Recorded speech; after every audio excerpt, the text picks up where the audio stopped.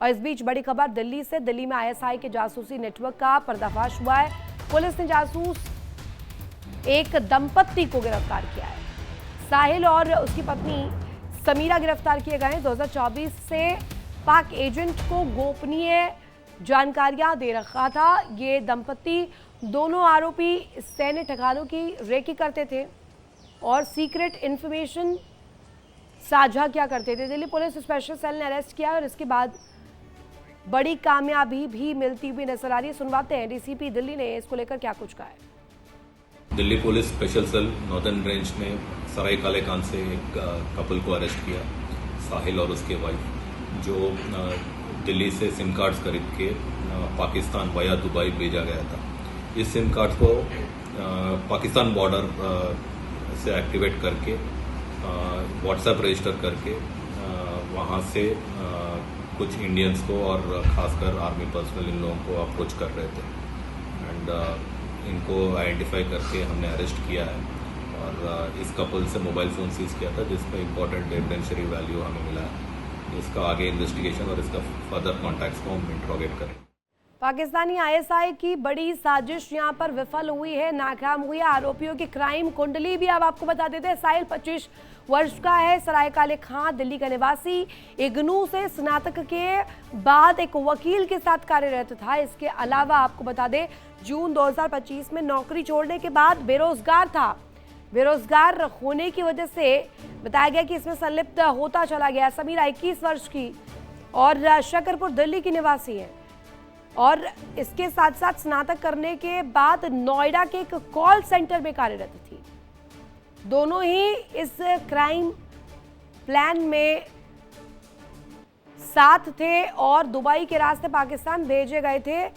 SIM cards और WhatsApp chats भी सामने आए। इसी को लेकर जानकारी लेते संवाददाता रजनीश शर्मा हमारे साथ जुड़े हुए। रजनीश, बड़ा खुलासा हुआ है, बड़ी सफलता भी हाथ लगी है स्पेशल सेल के, जिसमें अब इस दंपत्ति का जब खुलासा हो गया है, 25 वर्ष का ये युवक और ये युवती किस तरीके से सीक्रेट इंफॉर्मेशन पहले उसकी रेकी करना और उसके बाद उसे सप्लाई करना पाकिस्तानी आईएसआई को, ये पूरी तरीके से दिखाता है कि एक बहुत बड़ी साजिश थी जो विफल हो गई। देखिए बिल्कुल समीर की अगर बात कर ली जाए तो तकरीबन 2-3 साल पहले वो एक पाकिस्तानी एजेंट के उसमें संपर्क में आया था, जिसके ज़रिए इसकी जो मुलाकात हुई थी वो आईएसआई बेस्ड जो हैंडलर्स थे उनसे मुलाकात हुई थी, जिसके बाद ये इस काम में शामिल हो गया।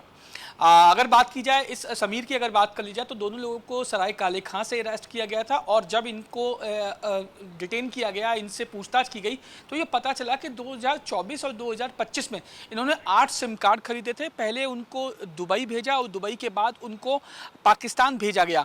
ये सिम कार्ड जो है भारत और पाकिस्तान बॉर्डर्स पर एक्टिवेट किए गए थे और ये एक्टिवेशन वहाँ की गई थी जहाँ भारत की सीमा थी, यानी भारत के सिम और भारत के ऑपरेटर्स के जद में रहकर इन्हें एक्टिवेट किया गया। उसके बाद इनको पाकिस्तान ले जाकर वहां पर जो आईएसआई जो हैंडलर्स थे उन्होंने इन्हीं सिम भारतीय सिम और भारतीय ऑपरेटर्स के जरिए भारत के जो समीर और जो इसकी वाइफ है इनके कांटेक्ट किया, इनसे कांटेक्ट किया, जिसके बाद इन लोगों ने दोनों पति पत्नी ने भारत में रहने वाले, खासकर दिल्ली में रहने वाले उन स्लीपर सेलों से कांटेक्ट किया और उनको टास्क दिए कि आपको क्या क्या करना है। जब वो स्लीपर सेल इनको जो बताई गई जानकारियां मुहैया करवाते थे तो ये वो जानकारियां उसी व्हाट्सएप के जरिए आईएसआई एजेंट तक पहुंचा दिया करते थे।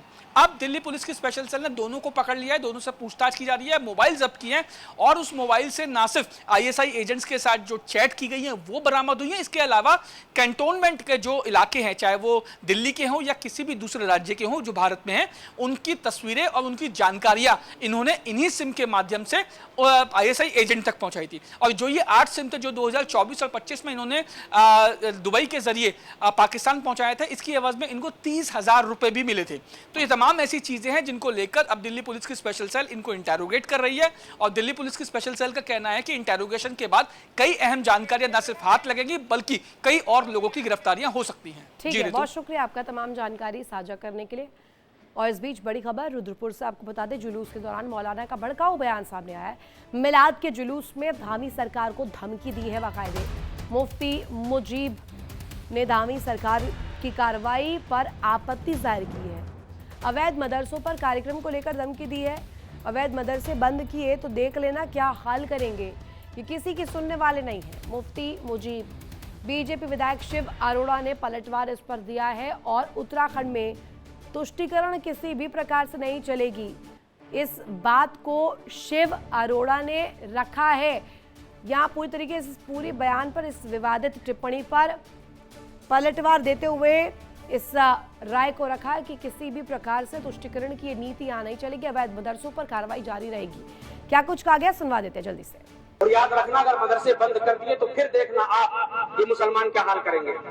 ये तो अपने उलमा की इज्जत करते हैं जो सुन लेते हैं, वरना आज भी इनके अंदर वही जज्बा है।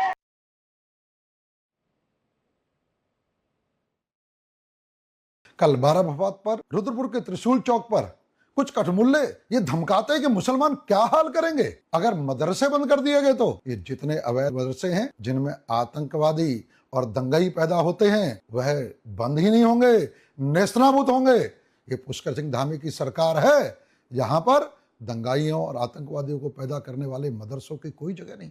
तुम क्या सोच रहे हो, वह कांग्रेस की मानसिकता जो तुम्हें सपने दिखाती थी मुस्लिम यूनिवर्सिटी बनाने की, अब ऐसे सपने देखना बंद कर दो और ये जो धमकाने की हिमाकत कर रहे हो सुधर जाओ, वरना ये हाल होगा तुम्हारी 7 पुश्तें याद रखें। और जहां तक ईदगाह की रुद्रपुर की जमीन की बात है, सरकारी जमीन थी, वापस ले गई।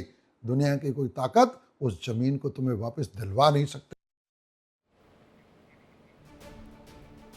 रिश्तों की मिठास, भरोसे की डोर और भाई बहन के अटूट प्रेम का पर्व रक्षाबंधन आज पूरे देश में उत्साह और उमंग के साथ मनाया जा रहा है। इसी मौके पर लखनऊ में मुख्यमंत्री योगी आदित्यनाथ स्नेह बंधन कार्यक्रम में शामिल हुए, जहां रक्षाबंधन के जरिए सामाजिक समरसता और बहन बेटियों के सम्मान का संदेश दिया गया। स्नेह बंधन कार्यक्रम सिर्फ राखी और रिश्तों का उत्सव नहीं, बल्कि महिला सम्मान, सुरक्षा और सामाजिक जिम्मेदारी का भी संदेश देता है। वहीं मुख्यमंत्री योगी आदित्यनाथ ने इस मौके पर प्रेम, विश्वास और भाईचारे की भावना को मजबूत करने का आह्वान किया। कार्यक्रम में मुख्यमंत्री ने महिलाओं के प्रति सम्मान और उनकी सुरक्षा को सरकार की प्राथमिकता भी बताया। और इसी के साथ यहाँ रुकेंगे एक छोटे से ब्रेक के लिए। आप बने रखिए इंडिया डेली के साथ।